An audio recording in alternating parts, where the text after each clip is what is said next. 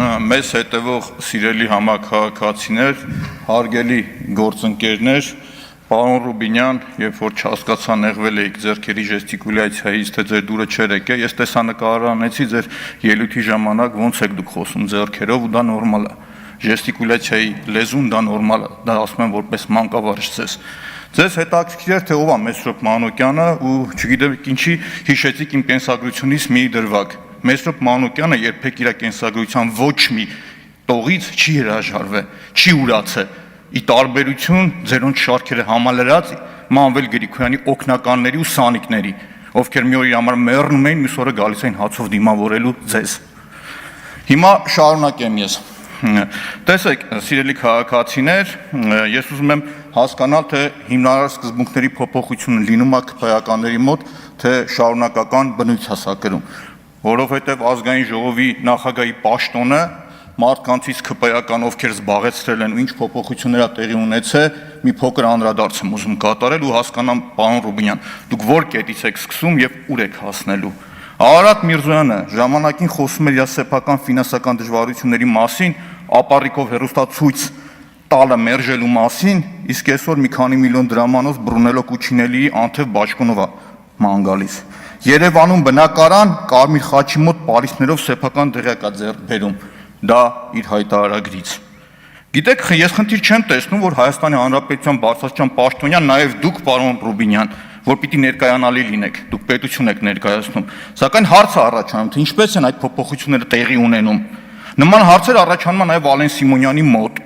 Հրապարակային քննարկումների առարկա է դարձել նրա գույքային գործարքները։ Մի օր չալարեմ, երկար 2-3 հատ կինո կնկարեմ իր մասին աֆիլացվողների ու մնացած խուճուճ գործարքների մասին։ Չեմ կարողանում զերծ մնալ այն տպավորությունից, որ այսօր քաղաքացիական պայմանագիր բարձրագույն պաշտոնյաների դեպքում անընդհատ կրկնվում է նույն պատմությունը։ Բայց շատ հեռու գնացի, պարոն Ռուբինյան, մի քանի հատ պատմությամբ եմ ուզում սկսել գալ։ Պարոն Ռուբինյանն ասաց, որ 21 թվականի վերջից եղել է Թուրքիայի հետ այդ բանակցող այդ խմբի կամ անդամ, ինչ բոլորս գիտենք։ 2022 թվականին Հայ բիզնես բանկը ձեռք է բերում շվեյցարական ընկերության կողմից ու 25% փայատեր դառնում է պետությունը։ Մամուլում պատտվում է, որ դա Կոնստանտին Սոկոլովի հետ կապ ունի։ Այսօր Սոկոլովը մտել է մեր հայկական կյանք, հայկական իրականության մեջ։ Հետաքրքիր փաստ ասեմ։ Ռուբեն Ռուբինյանի եղբայրը այսօր Ամյո բանկի ՓԲ-ի վարչության նախագահի առաջին տեղակալն է, բիզնեսի զարգացման գլխավոր տնօրենը, վարչության անդամ։ Այստեղ հետաքրքիր բան կա, շահերի բախում արդյոք չկա, որ կենտրոնական բանկը առևտրային բանկում փայատեր է։ Այսինքն կենտրոնական բանկը ո՞նց է գնում ստուգելու այս ընկերությանը, բայց մի կողմ դնեմ, շարունակեմ, որտեղ ասելիքս շատ է։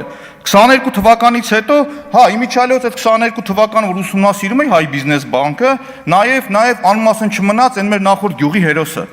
Տիգրան Ավինյանը պարզվում է մի հատ 13, մի հատ 11 միլիոն դրամ ստացել է Հայ բիզնես բանկից։ Լպտի ուսումնասիրեմ ավելի մանրամասն։ 23 թվականին պարոն Ռուբինյան, ՄՏՍ Հայաստանը դիմում է, որ ձեռք բերի ինչ-որ օֆշորում գրանցված ավտոյի դալալ, կներեք ձևակերպմանս համար, որովհետև այդ մարդը անուն ազգանուն էլ որ ասեմ, Մանոլիս Թարխանադիս, եթե ճիշտ եմ ասում, 50-ամյա Կիպրոսցի մեկը, որը զբաղվում էր ավտոյի առու վաճառքով, բայց Հայաստանում ուզում էր ձեռք բերել բջջային օպերատոր։ Մերժում են, տեսնում են անվտանգային խնդիրներ, պարոն Ռուբինյան։ Բայց այնուհետև, երբ որ 24 թվականին արդեն լինում է Ֆեդիլկո Group Limited-ը, որի շահառուն նույնպես Կոնստանտին Սոկոլովն է,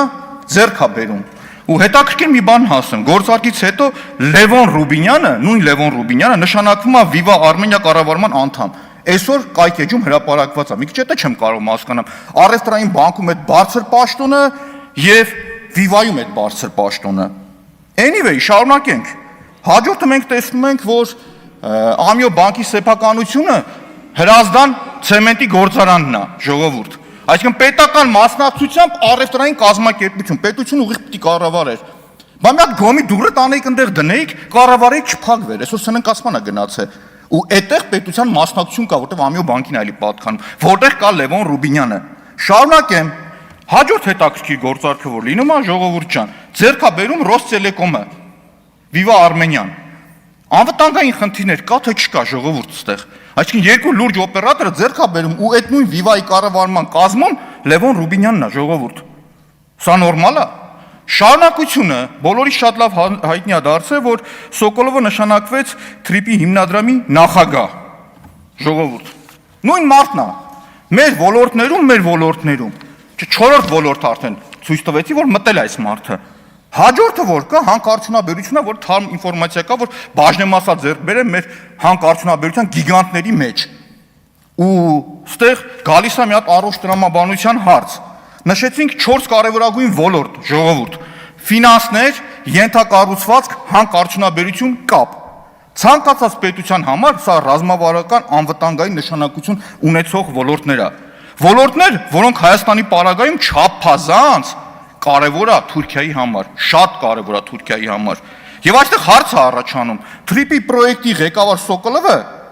որը այս պարագայում Թուրքիան ամենամեծ շահառուն է այս պրոյեկտների որ կա, ու մյուս կողմից է Թուրքիայի հետ գլխավոր բանակցողի եղբայրը ներգրաված են այս գործընթացների մեջ։ Ժողովուրդ, տարօրինակ բաներ կա թե չկա։ Ես ուսումնասիրությունը շարունակելու եմ, պարոն Ռուբինյան, այն գործունեությունը, որ ավականիում տարել եմ, ոնց է քաղաքի բյուջեն մսխվում, ստեղել եմ անելու։ Իմ ժեստիկուլյացիան անկեղծ, ոչ մեկին վիրավորելու խնդիր չունեմ։ Ոչ մեկին, եթե մեկին վիրավորելու խնդիր եմ, ուղիղ դեմքին եմ ասում ես, դրա խնդիրը չունեմ։ Դուք ուշ միացաք ձեր գործընկերներին 3 տարի Մանվել Գրիգորյանի հետ կապված քաղաքապետարանում մասին միջև հասկացան, որ ով կար չկա իր կողքը տարել լսել են քաղաքապետարանում։ Ու լիքը ուրիշ տեղեր որ կարող եմ ասել։ Բայց մի հատ ուրիշ բան եմ ուզում հասկանալ, պարոն Ռուբինյան, այս մեծ խնդիրներից խոսատի, բայց փոքր հովանավորչություն եմ տեսնում ձեր կողմից։ Օրինակ ձեր աներոջը բերել նշանակել են Հակոբ Հաջի Հակոբյանին 2022 թվականին նշանակել են արողակարգի պետազգային ժողովի։ Առաջի հայացքից նորմալ երևույթ է, ժողովուրդ։ Ինչ կա, մեր բարեկամներն կարող են աշխատել, բայց արի ու տես, այս մարդը դատապարտված է եղել ըստ էության հիմնականում կաշառք վերցնելու Թուրքիայում բնակվող ՀՀ քաղաքացիներից, որպեսզի նրանք ստանան վերադարձի վկայական։ Հղումը բաց ինֆորմացիաներին է, կարող եմ տրամադրել ձեզ։ Օրինակ Ստամբուլում քաղաքում ծննդաբերած Հայաստան վերադառնալու ցանկություն ունեցող ՀՀ քաղաքացի անուն ազգանունը չեմ ասի, բաց ինֆորմացիա, կարող եք խնդրել բերեմ տամ։ Պարոն Ռուբինյան, անկեղծ եմ ասում, օրինակ փորձում էի հասկանալ Ալենը Սիմոնյան ու Արարատը Միրզոյան որ կետից սկսեցին, ուր գնացին հասան, հիմի ձեր կետը դաժե չեմ կարողանում ցույց տալ։ Ու տպավորությունն է, որ Ալենը Սիմոնյան ու Արարատը Միրզոյան ձեր դեմ փոքրիկ ձկներ են։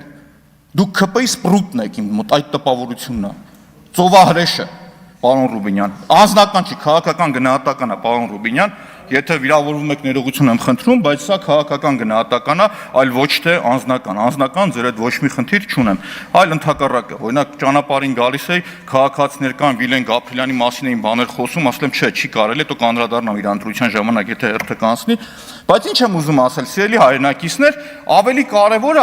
կարևոր է նախորդ թվարկած խնդիրները, պարոն Ռուբինյան։ Մի տեսակ տարօրինակ չի, որ մեր երկրում հեռահաղորդակցության, տրանսպորտի, ժողովուրդ, շատ կարևոր է թրիպը, ֆինանսները, ենթակառուցվածքները, հանքարդյունաբերություն ու կապ։ Կապը մեր Vivatel-ի ու Restelecom-ի ամբողջ բազան չգիտենք ում է գնում հասնում։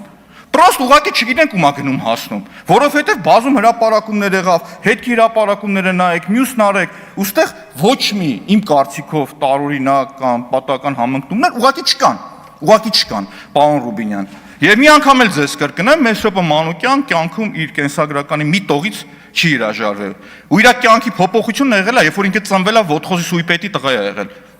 Իր կյանքը փոխվել է, երբ որ դպրոցը մեդալով է ավարտել, երբ որ ինստիտուտը գերազանց է ավարտել, երբ որ գիտական աստիճան է ունեցել, երբ որ համալսարանում դասախոս է եղել ինքը, երբ որ ազգային ժողովի նախագահի ռեֆերենտ է եղել, ու տենց կշարունակեմ։ Վերջին տողերը այն հայտնի ֆիլմի մեջ որ կա ասում Աշուխ Ֆաթուլա, ես ձևափոխեմ, լավ չիս կարդացել, կամ կարդացի լիս, մի հատ ուրիշ ձև վերարտադրի։ Ես ակնկալում եմ, որ իհարկե պիտի քննադատությունները սուր լինի, տեղին լինի, անձնական չլինի,